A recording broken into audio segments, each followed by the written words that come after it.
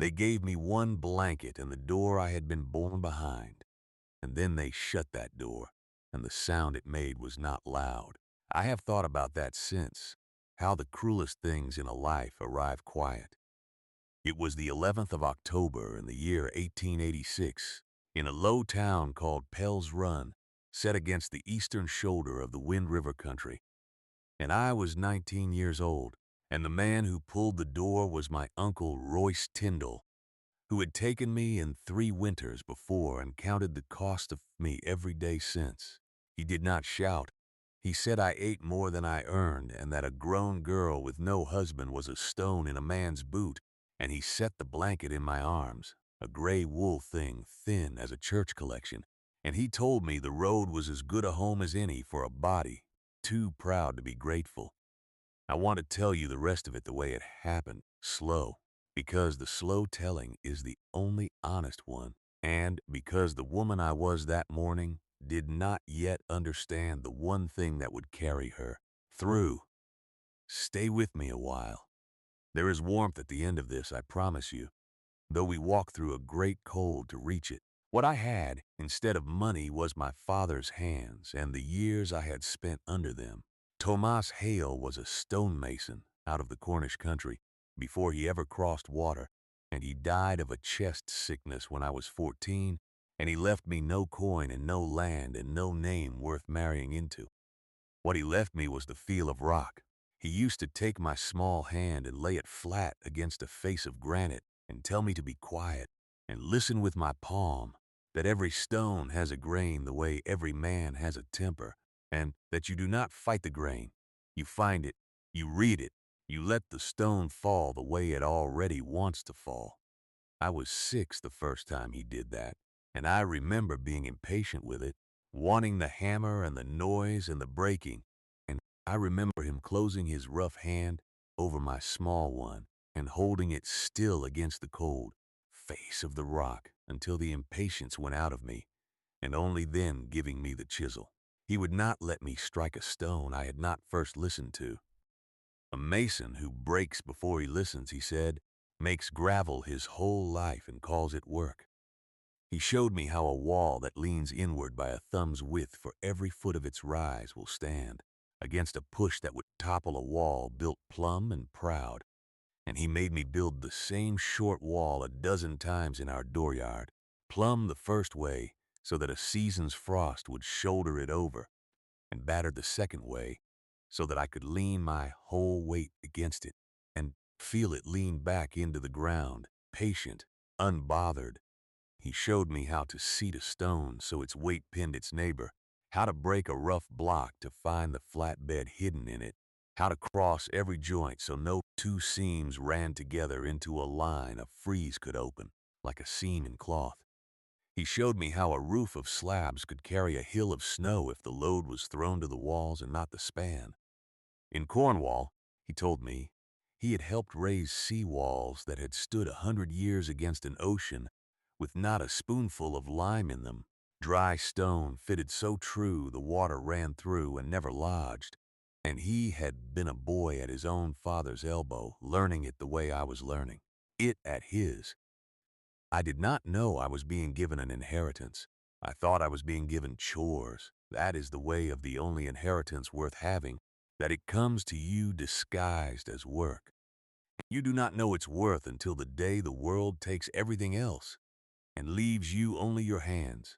So I walked out of Pell's Run with a blanket and a dead man's lessons, and behind me the town settled back into its certainty the way water settles after a stone goes under.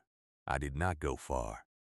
3 miles up the run there was a piece of ground nobody wanted, a steep scab of hillside the county had let go for the back taxes. All broken ledge and frost-shattered rubble, too stony to plow and too tilted to graze. The kind of ground a town points at when it wants to say what worthless looks like. They called it the spoil. I climbed up into it with my blanket and I stood among the gray bones of that hill, and where every soul in that valley saw refuse, I saw my father's whole trade lying loose on the ground for the taking. There was stone there enough to build a city. I had no city to build. I had myself to keep alive.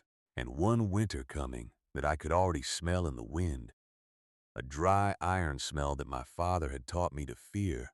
The first man up the hill to look at me was a homesteader named Abel Cruz, who held the good bottomland along the run and held it the way some men hold an opinion, with both fists.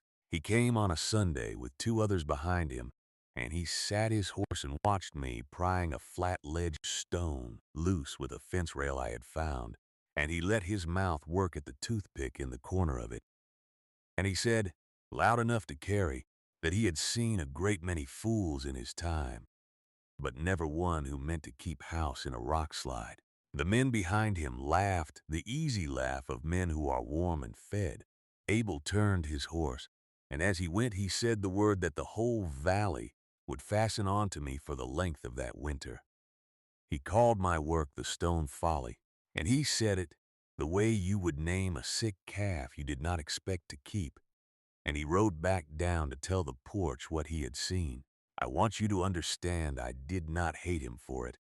I have had a long life to learn that the men who are surest are not cruel for sport. They are only people who have never once been made to be wrong. And there is a softness in that, a kind of luck they mistake for wisdom. Abel Cruz had never buried a winter he did not see coming. I had, so I did not answer him, and I did not weep where he could see it. I only bent back to the ledge and listened with my palm for the grain, and the stone came away clean, and I carried it to the place I had chosen, a shallow fold in the hillside where the slope itself would be two of my walls if I had the sense to use it. That was the first thing my father's trade had given me that the valley could not see. I was not going to build a house standing up on open ground where the wind could get its shoulder against it. I was going to build into the hill 3 walls of dry laid stone closing a room the earth already half made, the back of it set against the living ledge, the whole of it low and broad and leaning into itself, with a roof of the heaviest slabs I could lever up and lay across a span no wider than my own height. A thing like that does not fight a storm. It lets the storm pass over its back the way the hill lets it pass. Yet all anyone down in Pell's Run could see was a girl carrying rocks in the cold one at a time, for a house that had no shape yet, and a shape they would not have understood if it stood finished in front of them. I worked from the gray of morning to the failing of the light, and I learned the particular loneliness of a body the world has set down and walked away from. I had a companion in it, the only living thing in that valley that came to me without a price on its kindness. A dog had followed me out of town the day I was cast off, a rough brown drover's dog with one torn ear that belonged to no one I ever found, and he simply decided I was his work. I called him Bran for the dark of his coat. He lay on the warm rubble while I split stone, and he watched the road for me, and in the evenings when the cold came down off the high country he pressed his back against mine, and I will tell you plain that there were nights that first month when the heat of that one animal was the only argument I had against lying down in the rocks and letting the cold finish what my uncle had started. Bran did not let me. He would not have it. He pawed me up at dawn and stood at the stone face as if to say the work was waiting. And so I rose, and so the wall rose with me. The building of it was slow the way all true things are slow. I would not hurry a course of stone for any weather, because my father's voice was in my hands telling me that a wall built fast is a wall built lying, that the stone remembers how it was set and will pay you back in kind. I dug a footing trench down to the hardpan so no frost could heave my base, and that digging alone took me the better part of 2 weeks, scraping and prying through frost-shattered rubble with the fence rail and a flat stone for a spade until my hands tracked and bled and healed over harder, and I filled the trench with the largest stones I could roll, fitted close, and on that bed I began to raise the 3 walls. I battered them inward as he had taught me, a thumb's width of lean for every foot of height, sighting the lean by hanging a stone on a string from a stick I had notched, checking it 100 times a day, so that each wall pressed its weight back into the hill and into itself, a wall that wanted to stand. I broke each stone to find its bedding face, and I laid it on its broadest bed so it could not rock, and I crossed every joint, never letting two seams run up together into a weakness a freeze could open. For every stone that went into the wall I had broken two that would not bed true, and I did not grieve the waste, because my father had taught me that the stones you refuse are as much of the wall as the stones you keep. I had no mortar, and I needed none. A dry wall breathes. Water passes through it and does not pool and freeze and split it apart. And the wind that would pry at a mortared face finds nothing in a dry wall to grip. My father had built sea-walls in Cornwall that had stood 100 years against an ocean with not a spoonful of lime in them. And he had told me why, and now in a dry valley 2,000 miles from that sea, I was building the same argument out of the same patience. My hands learned the weight of every stone on the hill. I could tell by the lift of it whether a block would bed flat or rock, whether it carried a hidden seam that would shear in the first hard frost. And I set the false ones aside for rubble fill and saved the true ones for the faces, and the wall grew by a course a day, sometimes two, and never faster, all through that shortening autumn. Word of the stone folly went down the valley and grew the way a small thing grows when a town is bored and a girl is alone. Some came to look. A few women came up the hill with a loaf or a twist of tea wrapped in paper, set it on a rock without quite meeting my eye, and went back down, and I was grateful for them and never said so well enough. More came to laugh. The young men of Pell's Run made it a Sunday amusement to ride up and call advice at me, to ask whether I would be wanting curtains for my cave, whether I had thought to invite the bears to board, whether the rent on a rock pile came dear. I learned to let it pass over me the way I meant my walls to let the weather pass, to bend to the stone and not to the voices, and there was a hard, dry humor in it. I could almost have laughed at myself, for they had ridden 3 miles in the cold to mock a girl who was warmer at her work than they would be at their stoves come January, and not one of them could see it. And in the middle of that season there came up the hill the one man whose coming would matter long after the rest were dust, though I did not know it then. His name was Soren Vaunt, and he was the county's deputy surveyor, a thin, spectacled man sent up to settle the lines on the abandoned tax parcels. And he found me laying my fourth course, and he stopped, and he did not laugh. He crouched and looked at the batter of my wall and the cross of my joints for a long while in silence. Then he asked me who had taught me to lay stone, and when I said my father, a Cornish mason, he nodded slowly as a man nods who has just understood something. And he wrote in his book, and he said it would be a pity if no one ever saw this done right again. I did not know what to make of him. I know now. He was the first person above the run who looked at my work and saw not a folly, but a method. If you have ever been the one the room has agreed to laugh at, you know the particular work it takes to keep your hands steady while they do it. I ask only this of you as we go on, that you stay to the end of it, because the end is the part Pell's Run did not believe was coming. Then let me get back to the cold, for the cold is the true subject of this story, and it was nearer than any of us guessed. The roof was the part that frightened me, and the part my father had drilled hardest. A flat span carries snow the way an outstretched arm carries a load badly, and the weight that gathers on a frontier roof in a hard winter is a weight that has killed men in their beds. When the ridge gave way in the dark, I would not span, I corbelled.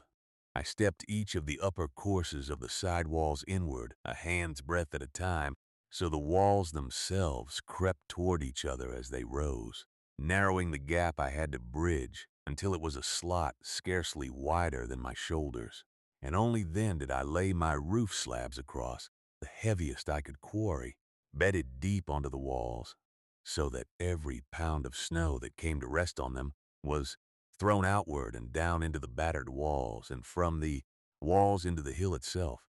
The hill would carry my winter. That was the whole of the idea. I told it to Soren Vanthe once, when he asked me plainly how I thought a roof of rock would not crush me as I slept. And I did not give him a lecture. I said only that I was not asking the roof to hold the snow.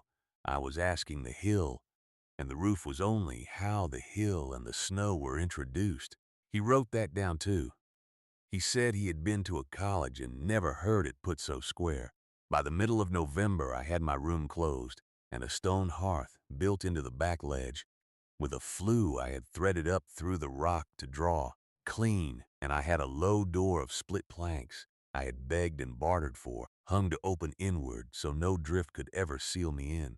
I cut and hauled what dead timber the slopes above me gave up, and I split it and ranked it dry along one inner wall, cord after cord, more than a careful eye said I could need.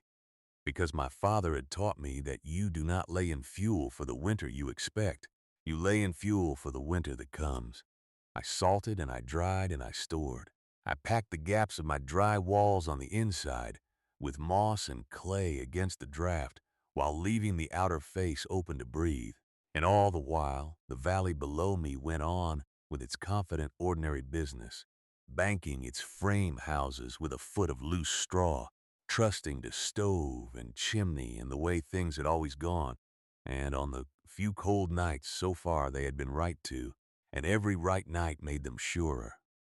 The last time Abel Cruz spoke the word to my face was the second week of January, and it is fixed in me like a date cut in stone. He came up the hill alone in a thaw, his horse picking through the wet, and he sat looking at my finished work.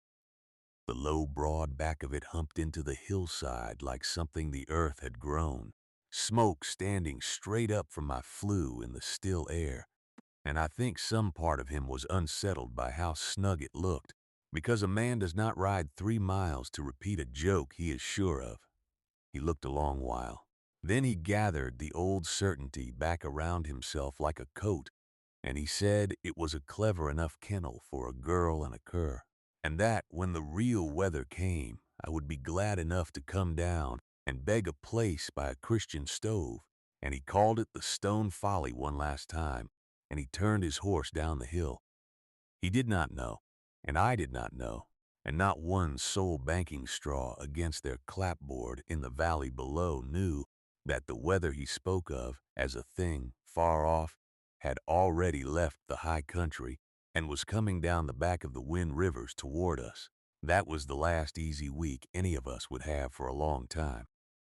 It began on the 12th of January with a sky the wrong color, a yellow-gray bruise standing along the whole western rim of the world, and a smell on the air that I knew in my chest before I knew it in my head, the dry iron smell my father had named for me when I was a child. The thaw water on the rocks skinned over hard by noon. The birds that had been working the slopes for seed were simply gone, all at once, the way they go before the worst weather, and the quiet they left behind was its own kind of warning.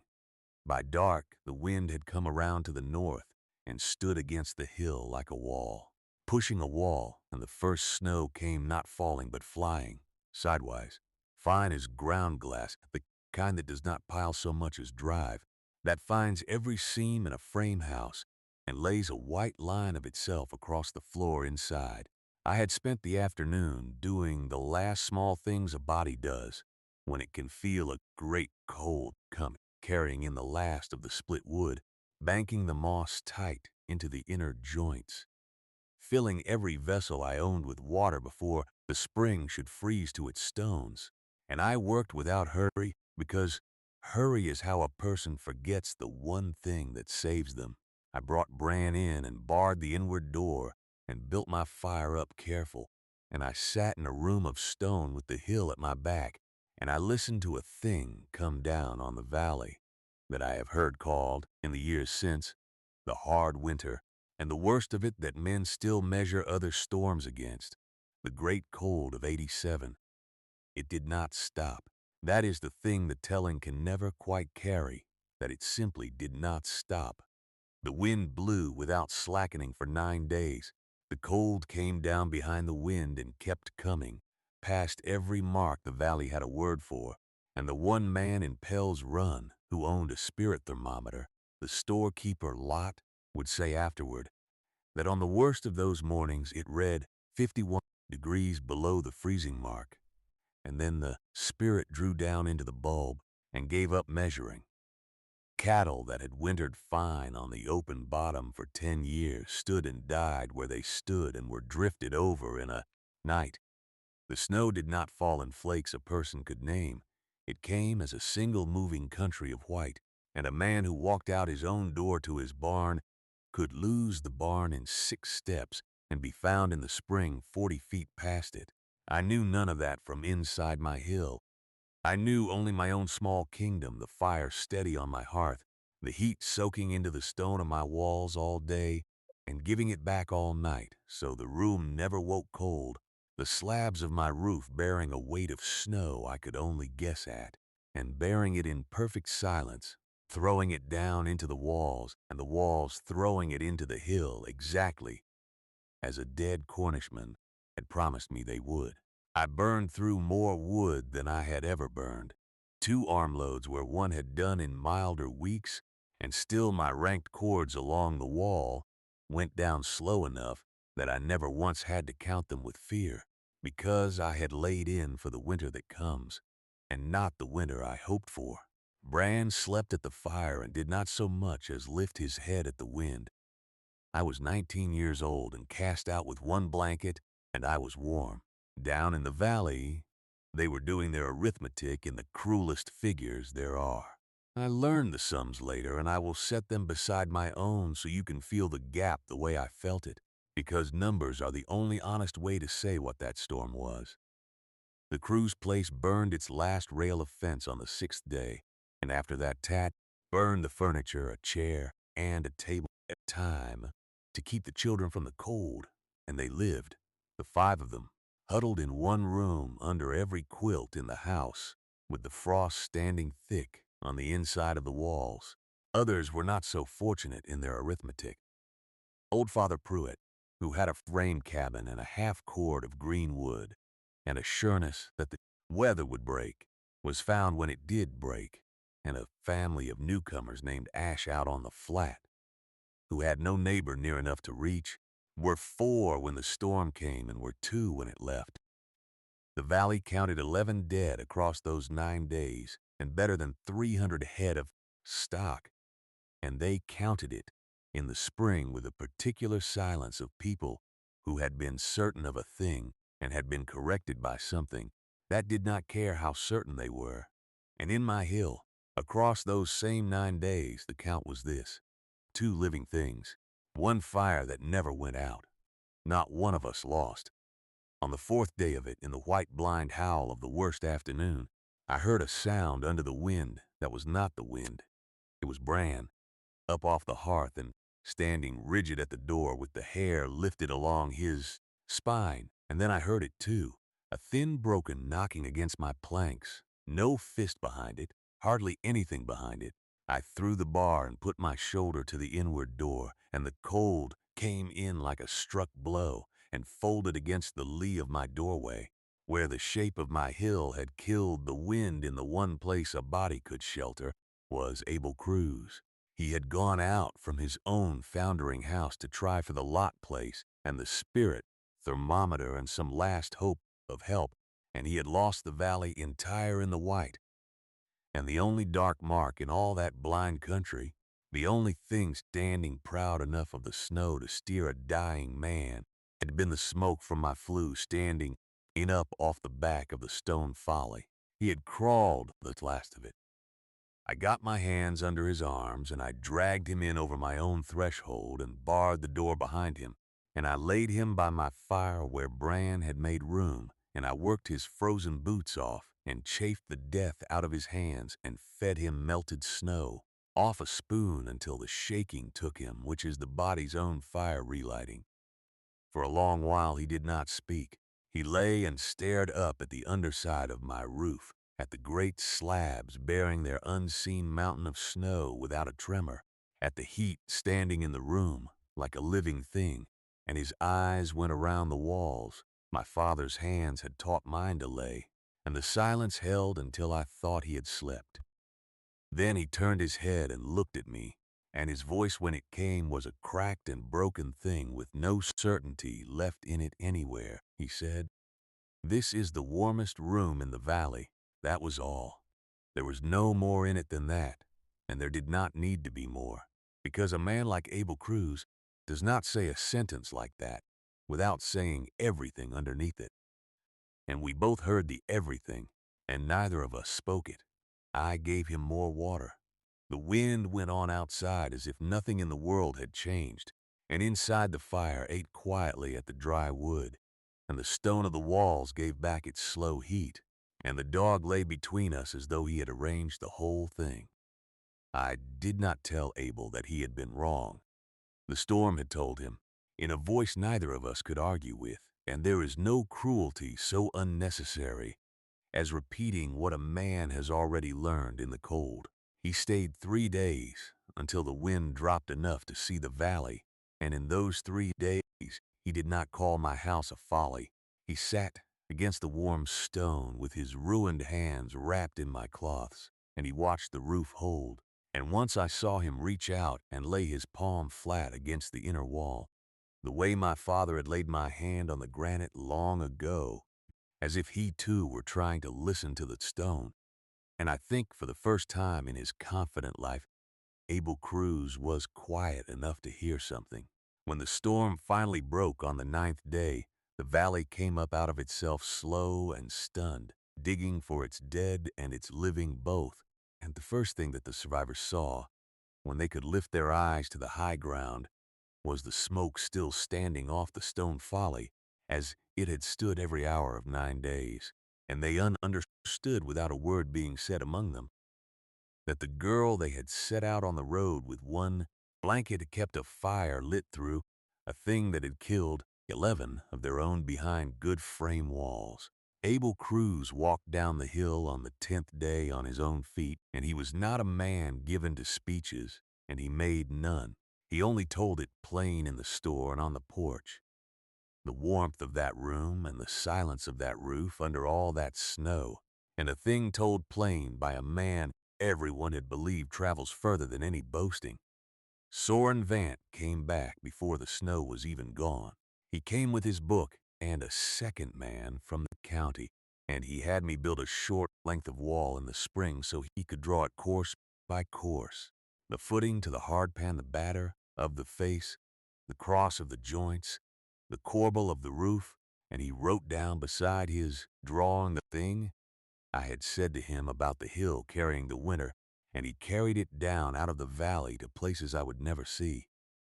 What spread first was the shape of it, and the shape alone was not enough, and that is the truest part of this whole account. Men came that next summer and the summer after and built into their own hillsides, and some of them built well, and some of them only copied what their eye could catch, and missed entirely what their eye could not. There was a man named Del Harmon down the run who came up once, walked the length of my wall in 10 minutes with his hands in his pockets, said he had the gist of it, and went home and built fast. He laid his walls plumb and proud because a leaning wall looked wrong to him, and he ran his joints straight up because it was faster, and he mortared his faces tight because a dry wall looked unfinished to a man in a hurry to be done. And when the next hard cold came 2 winters on, his proud plumb mortared house cracked along every straight joint and heaved off its footing and let the frost walk in, and he cursed the method and told the porch the Hale girl had only been lucky with her hole in the ground. The ones who came and asked me why, the ones who stood quiet by my wall through a whole afternoon and laid a hand on it and let me put their palm to the grain and show them the batter and the breathing joint and the bed of every stone, the ones willing to be taught the thing under the thing, rather than the look of it, those built houses that are standing yet, and their children's children live in some of them still. My father was right, as he was right about most stone and most things. You cannot inherit the look of knowledge. You can only inherit the understanding. And only if you are humble enough to hold still and take it, the way I had held still in a dooryard at 6 years old, with a man's rough hand closed over mine against the cold face of a rock. I lived a long life in that valley, longer than any who laughed on the porch that first autumn, and I will not pretend it was all warmth after, for a life is mostly weather. But I never again wanted for a roof or for respect, and the men who had named me a folly grew old bringing their grandsons up my hill to see how a wall is laid so that a storm passes over it like water, over a stone. Abel Cruz became, in the strange way of these things, my truest friend in that country, and he never built another thing in his life without battering the wall inward and crossing every joint. And he taught his own boys to do it. And when he died an old man, he was buried in the ground, his own dead nearly joined in the great cold, and I stood at the grave of the man who had cast me a hard word, and there was nothing in me but a quiet and a thank you he could no longer hear. Brand lived 9 years more and died old by my fire on a summer night with no storm anywhere near, and I buried him at the corner of the wall he had watched me build, where the sun comes first to the stone. And I have never since had a dog, and never since needed one, for there is only the one in a life that finds you on the day you are thrown away and decides you are worth the keeping. The room is still there. I am an old woman now, and I have told you a long story, and the telling is nearly done, and I want to leave you where the wind leaves me. When I climbed that hill in my last years, which is at the low, broad back of a house grown so far into its hill that a stranger riding the run would take it for a shoulder of the land itself. Grass has taken the roof slabs. The smoke is long cold. Go up close, though, the way Soren Vennet went up close with his careful spectacled patience, and lay your hand flat against the wall, where the morning sun has warmed it, and you will feel the batter of it still leaning its weight back into the earth. Every joint still crossed, every stone still bedded on its broadest face exactly as a dead mason taught a cast-out girl to set it, and you will understand that the wall is not holding the hill up, and never was. The hill is holding the wall, and the wall is holding the warmth, and the warmth is the whole of what a man left his daughter in the only inheritance that ever lasts. The storms still come down off the wind rivers every winter, as they always did. They pass over the back of that house, the way water passes over a stone, and they have never once gotten in.